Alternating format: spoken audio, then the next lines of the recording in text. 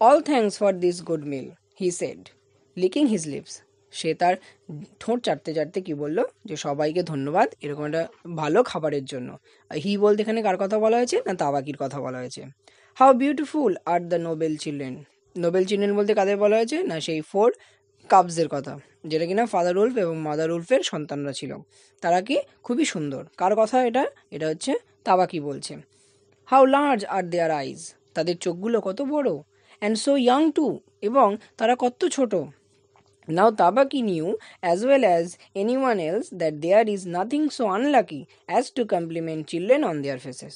তাই তাবাকি এটা ভালো করেই জানতো, অন্য সবার মতোই, যে কোনো শিশুদের বা চিলড্রেনদের মুখের ওপর বা তাদের সামনে প্রশংসা করা বা কমপ্লিমেন্ট করা আর মতো অমঙ্গলজনক বা খারাপ বা আনলাকি কাজ কিছুই না।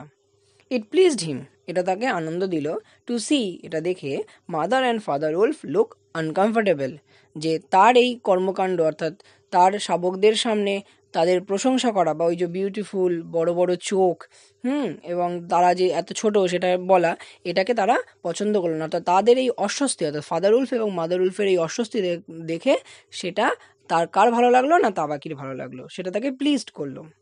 তাবাকি স্যাট স্টিল, তাবাকি নিথর বা স্থির হয়ে বসেছিল। Rejoicing in the mischief that he had made, অর্থাৎ তার করা এই যে দুষ্টুমিটা, অর্থাৎ সে যে ওই তার শাবকদের ওরকম সামনেই ওরকম প্রশংসাসূচক কথা বলেছে, সেইটা সে মজা নিচ্ছিল।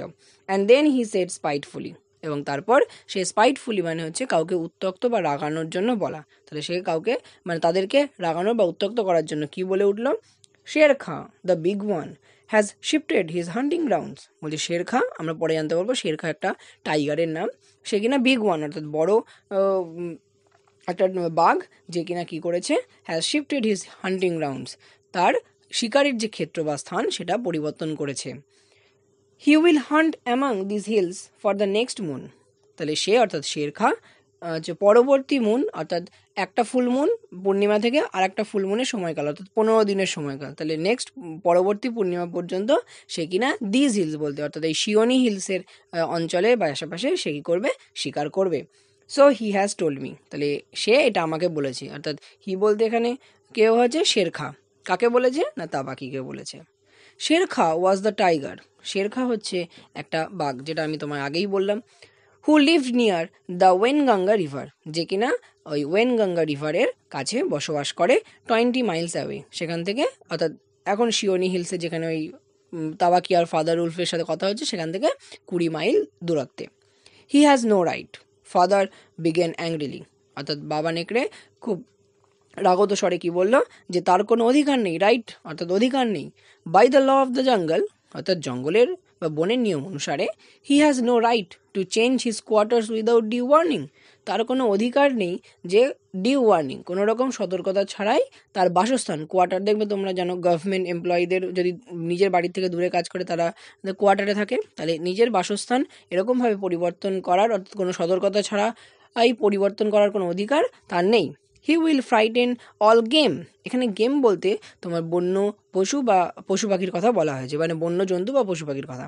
তাহলে he will frighten all game within 10 Miles, অর্থাৎ সে এখানের 10 মাইলের মধ্যে সকল যে বন্য পশু প্রাণীরা আছে তাদেরকে তো ভয় পাইয়ে দেবে।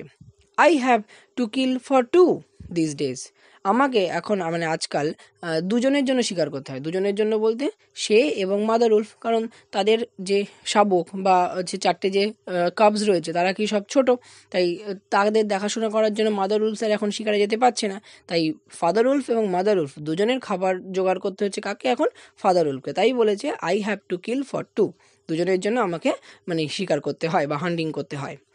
আই গো সেট তাবাকি কুইকলি, তাবাকি এবার তাড়াতাড়ি বলল, আচ্ছা আমি না যাই। ইউ ক্যান হেয়ার শের খা বিলো ইন দ্য থিকেটস, থিকেটস মানে হচ্ছে ঘন ঝোপঝাড়, বলছে তুমি ওই হচ্ছে পাহাড়ের নিচে, বিলো বলতে এখানে পাহাড়ের নিচে ওই ঘন ঝোপঝাড়ের মধ্যে শের খার আওয়াজ শুনতে পাবে।